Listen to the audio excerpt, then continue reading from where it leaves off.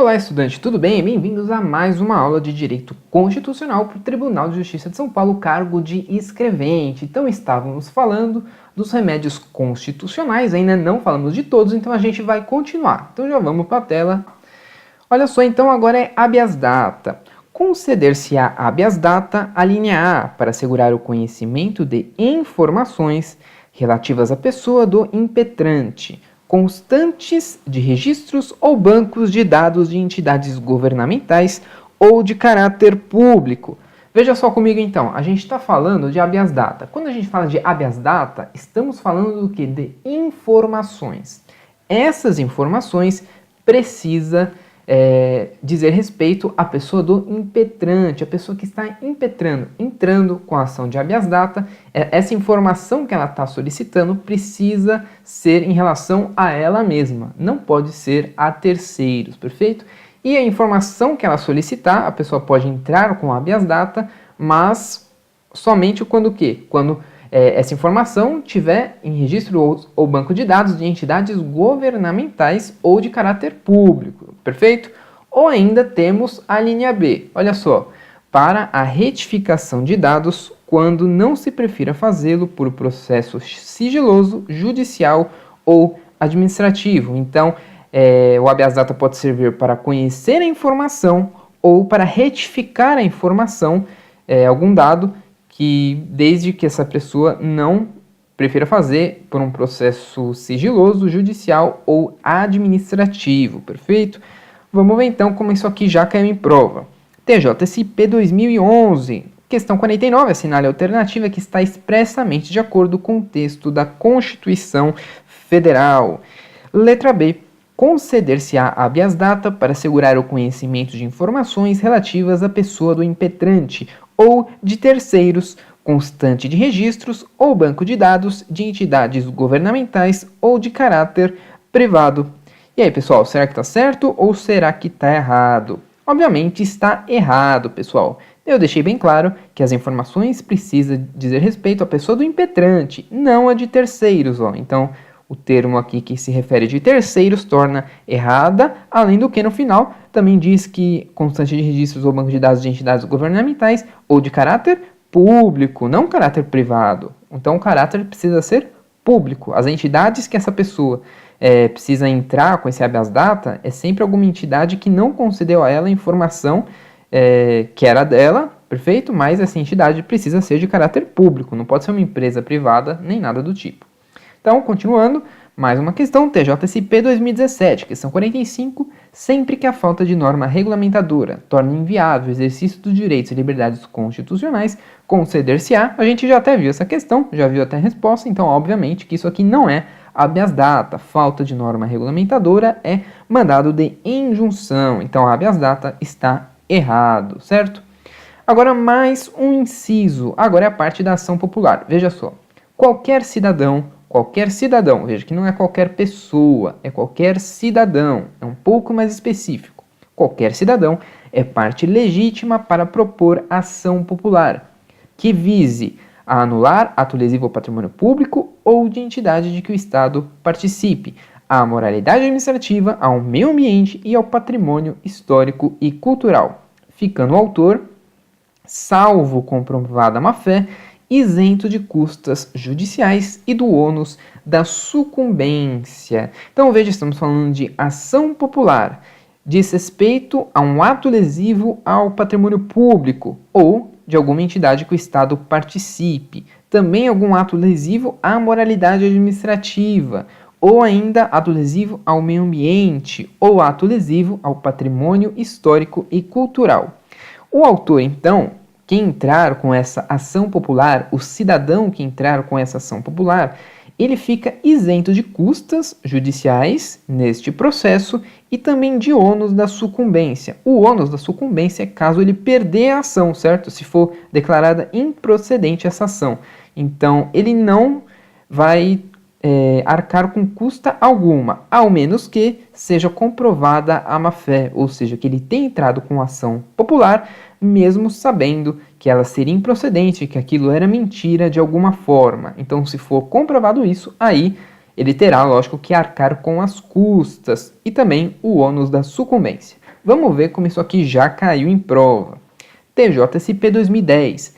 Questão 51, na hipótese de ocorrência de ato lesivo ao patrimônio público ou de entidade de que o Estado participe à moralidade administrativa, ao meio ambiente e ao patrimônio histórico-cultural, nos termos do que dispõe expressamente a Constituição, o cidadão poderá ajuizar. Letra A, ação popular. Letra B, ação civil pública. Letra E, ação de improbidade administrativa. Então veja, aqui nas alternativas tínhamos algumas coisas relativas à ação popular e outras ações. Então eu coloquei aqui, mesmo estando errado, só porque não tinha outro lugar para colocar essas alternativas, porque não se refere a nenhum item de nenhum inciso do artigo 5º, certo? Então, logicamente, a resposta correta é a ação popular. Estamos falando de ação popular, ação civil pública é outra coisa e ação de improbidade administrativa é outra coisa também. Então, letra C e E estão erradas. Ação popular, como a gente viu, é a resposta correta, exatamente o que diz o enunciado, certo? Mais uma questão, TJSP 2018. Questão 51, questão inteira relativa à ação popular. Em relação à ação popular, é correto afirmar que, letra A, haverá pagamento de custas pelo autor no caso de nova ação. Letra B, serão devidas as custas desde que comprovada a má-fé do autor. Letra C, a improcedência por carência de provas evidencia a má-fé do autor da ação popular. Letra D, a improcedência torna devidos os honorários de sucumbência. E letra E, serão devidas as custas judiciais e ônus de sucumbência. Então a gente vai analisar agora alternativa por alternativa. Alternativa A está errada, pessoal. Veja só, ele diz que haverá pagamento de custas pelo autor no caso de nova ação. Veja só, é bem claro o inciso da ação popular quando ele diz que haverá apenas o pagamento de custas pelo autor se for comprovada a má-fé. Se ele entrar com uma nova ação, não vai ser devido, apenas se for comprovada a má-fé. Então, no final aí tinha que ter escrito, haverá pagamento de custas pelo autor se for comprovada a má-fé. Perfeito? Por isso está errada. Letra B está correto. Serão devidas as custas desde que comprovada a má-fé do autor. É exatamente o que eu disse na alternativa anterior, certo? Então a letra B é a correta. Letra C, a improcedência por carência de provas evidencia a má-fé do autor da ação popular. Não, ela não evidencia. Por quê? Foi bem claro também o inciso em relação à ação popular que falou do ônus da sucumbência. Então, lá estava dito que mesmo que for declarado o autor improcedente na ação que ele entrar, então essa sucumbência, essa perda da ação não vai gerar ônus, porque ele é isento dessa ação. Então a improcedência por carência de provas, ou seja, por qualquer outro motivo de improcedência, não vai evidenciar a má-fé do autor, não. Precisa haver o que é? A comprovada má-fé. E como que se comprova isso? Bom, daí através de uma investigação. A Constituição Federal, Nação Popular, não disse nada do tipo. Então, apenas precisa ser comprovada a má-fé.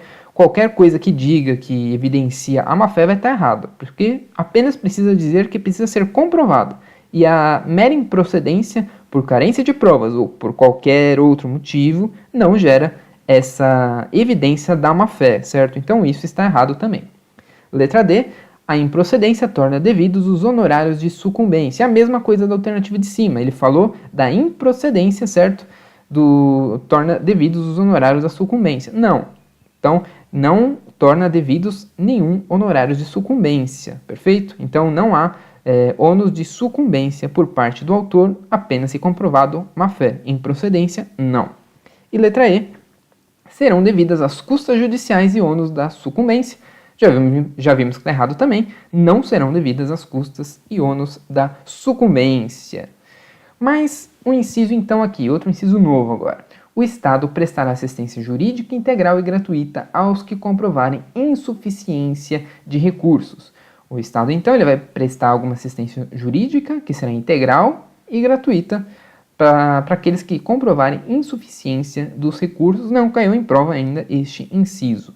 Outro inciso, o Estado indenizará o condenado por erro judiciário, assim como que ficar preso além do tempo fixado na sentença. Então, se ocorrer um erro judiciário e alguém for condenado de maneira errônea, haverá a indenização.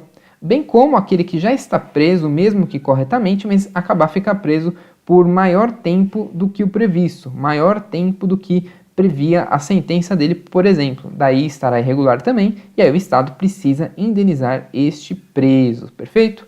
Não caiu em prova ainda também. E por último, o último inciso aqui que vamos ver na aula de hoje, são gratuitos para os reconhecidamente pobres, na forma da lei, letra A, o registro civil de nascimento, e letra B, a certidão de óbito. Então, anota aí, registro civil de nascimento e certidão de óbito são gratuitos para os reconhecidamente pobres. Perfeito, pessoal? Então, terminamos mais uma aula aqui de Direito Constitucional, terminamos também os remédios constitucionais, ainda vai ter um outro inciso aí que vai falar de novo do habeas corpus e habeas data, mas, por enquanto, em termos gerais, acabamos os assuntos de remédios constitucionais e até falamos de mais alguns incisos aqui, certo? Espero que você tenha entendido, então. Dúvidas aqui no comentário embaixo, descrição do vídeo também, link para questões inéditas, tudo bem? Agradeço sua presença até aqui, muito obrigado e até a próxima!